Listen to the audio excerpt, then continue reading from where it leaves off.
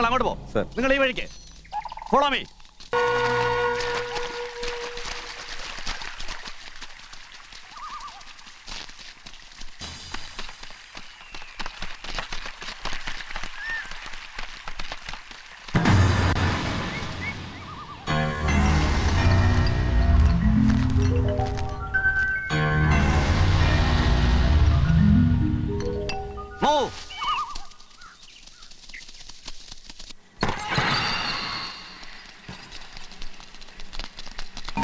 എന്താണ് അവിടെ ഉണ്ടാക്കുന്നത്? കഞ്ചാവിന്റെ ഓയിൽ എടുത്ത് മയക്കുമരുന്നുണ്ടാക്കുന്നു അല്ലടാ. നാടൻ ചാരായത്തിൽ കളർ ലേബൽ ഒട്ടിച്ച ഫോറിൻ ലിക്കറ അല്ലടാ പട്ടി കടവടവനെ. ആരുടെ ഇതൊക്കെ? പറടാ. അത് പിന്നെ നരേന്ദ്ര മുതലാളിയുടെ.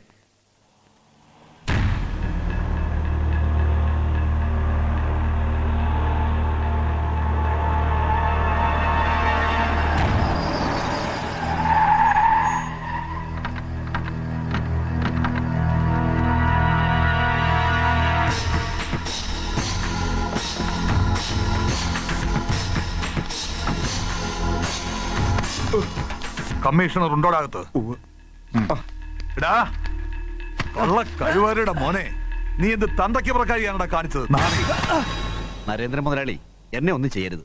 എനിക്ക് പറയാനുള്ളത് കൂടി കേൾക്കണം. നിനക്കെന്ത് പുല്ലാടാ പറയാനുള്ളത്? കാട്ടിനകത്ത് മയക്കുമരുന്ന് നിർമ്മാണവും കള്ളവാറ്റും നടക്കുന്നുണ്ടെന്ന് കാണിച്ച് ഇതുപോലുള്ള നിരവധി കംപ്ലൈന്റുകൾ ഇവിടെ കിട്ടിയിട്ടുണ്ട്. അതൊന്നും ഞാൻ ശ്രദ്ധിച്ചിരുന്നില്ല. പക്ഷെ മിനിസ്റ്റർ തന്നെ നേരിട്ട് വന്ന് പെട്ടെന്ന് റെയ്ഡ് നടത്തണമെന്ന് പറയുമ്പോ അനുസരിക്കുന്നു. നന്ദി കെട്ട നായ്ക്കൾ. അങ്ങനെ പറയരുത് സാർ. ഈ കേസിൽ സാറിനെ ഞങ്ങൾ പ്രതിയാക്കിയിട്ടില്ല. അവിടെ നിന്നും കസ്റ്റഡിയിലെടുത്ത് ജെയിംസിന്റെ പേരിലാണ് കേസ് ചാർജ് ചെയ്തിരിക്കുന്നത്. തുടർച്ചയായി ഇങ്ങനെ പരാതി കിട്ടുമ്പോൾ മിനിസ്റ്റർക്ക് ആക്ഷൻ എടുക്കാതിരിക്കാൻ പറ്റില്ല. ഏത് പട്ടികൾക്കാടാ പരാതിയുള്ളത്? സാറിന്റെ കള്ളുഷാപ്പിൽ ഇതിനു മുമ്പ് ജോലി ചെയ്തിരുന്നവരാ. മാർക്സിസ്റ്റുകാർ, യൂണിയൻ നേതാക്കൾ, ഒരു സുഗുണനും ചന്ദ്രനും. സുഗുണനും ചന്ദ്രനും, ചതിക്ക് ചതി. അതാണ് എന്റെ വഴി. സുഗുണനും ചന്ദ്രനും അവന്മാരെ എനിക്ക് വേണം. അവർക്ക് യാതൊരു സംശയവും തോന്നാതെ ഞാൻ പറയുന്നത് നീ എത്തിച്ചു തന്നാൽ മാത്രം മതി. എന്താ നീ ആലോചിക്കുന്നത്? ഒന്നുമില്ല. ഞാൻ ആവശ്യപ്പെട്ടത് ആദ്യം ജോലി, പിന്നെ ശമ്പളം. അതാണ് നരേന്ദ്രന്റെ ശൈലി. നീ ജോലി പൂർത്തിയാക്കുന്ന നിമിഷം നിന്റെ പണം തന്നിരിക്കും. ശരി. ലാൽ സലാം സഖാക്കളെ. അല്ല, ഇതാര് സഖാവ് സുകുമാരനോ?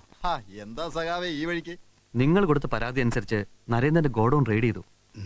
നിങ്ങൾ രണ്ടുപേരെയും എക്സൈസ് കമ്മീഷണർ പുറത്ത് കാണണമെന്ന് പറഞ്ഞിട്ടുണ്ട്. പെട്ടെന്ന് കൂട്ടിക്കൊണ്ടുവരാനാ എന്നെ അയച്ചത്.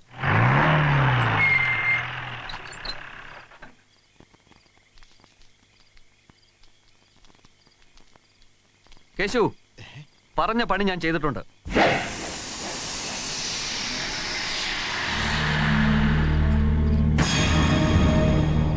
സുകുമാര, നീ ഞങ്ങളെ ചതിക്കായിരുന്നല്ലേ? ചന്ദ്ര ചന്ദ്ര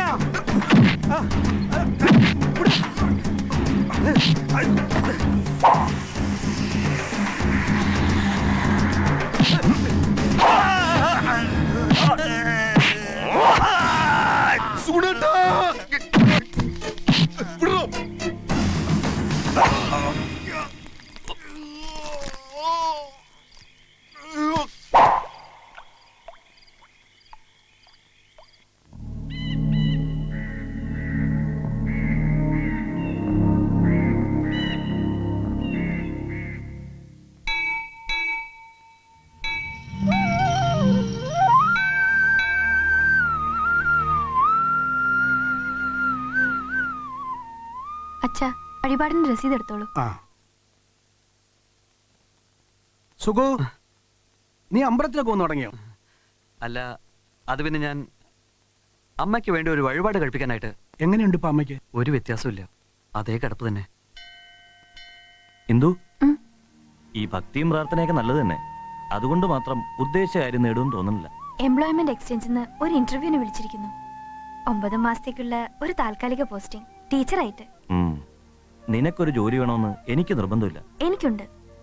അറിവ് വർദ്ധിപ്പിക്കാനല്ല ഞാൻ പഠിച്ചത്, ഒരു ഉദ്യോഗം നേടാൻ തന്നെയാ.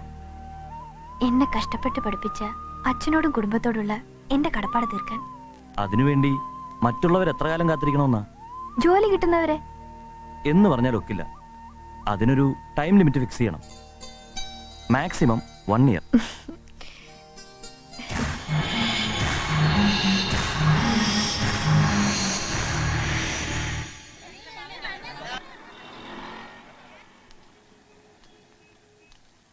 നമസ്കാരം. കേശവ പിള്ളയോ? സുഗുന ഞാൻ അമ്പലത്തിൽ വെച്ച് കണ്ടിരുന്നു. ഇവന്റെ കാര്യം പറയാൻ തന്നെയാ ഞാൻ വന്നത്. ആ. ഗൾഫിൽ സുഗു ജോലിക്ക് അപേക്ഷിച്ച കമ്പനിയിൽ നിന്ന് വിസയും ടിക്കറ്റും വന്നു. ആഹാ. പലപ്പോഴായി എന്റെ പ്രാരാബ്ധങ്ങൾ പറഞ്ഞ് നിങ്ങളെ ഞാൻ ബുദ്ധിമുട്ടിച്ചിട്ടുണ്ട്. പകരം ഈ സന്തോഷം ആദ്യമായി നിങ്ങളെ അറിയിക്കണമെന്ന് തോന്നി. എല്ലാം ദൈവാനുഗ്രഹം എന്ന് ധരിക്കുക. മാധവൻ നായർക്ക് അറിയുമോ, ശാരദയുടെ കിടപ്പിനേക്കാൾ കൂടുതൽ ജോലിയൊന്നുമില്ലാതെ പാർട്ടി പ്രവർത്തനമായി നടക്കുന്ന ഇവനെ ഓർത്തിട്ടായിരുന്നു എനിക്ക് വിഷമം. ആ, നന്നായി വരട്ടെ. ഈശ്വര.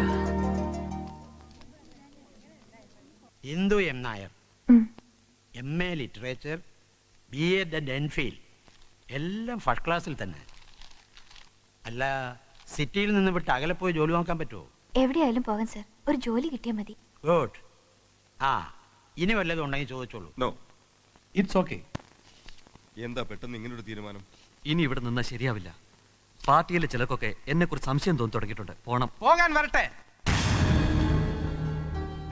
നാട് വിടുന്നതിന് മുമ്പ് നമുക്ക് കുറച്ച് കണക്കുകൾ തീർക്കാണ്ട്.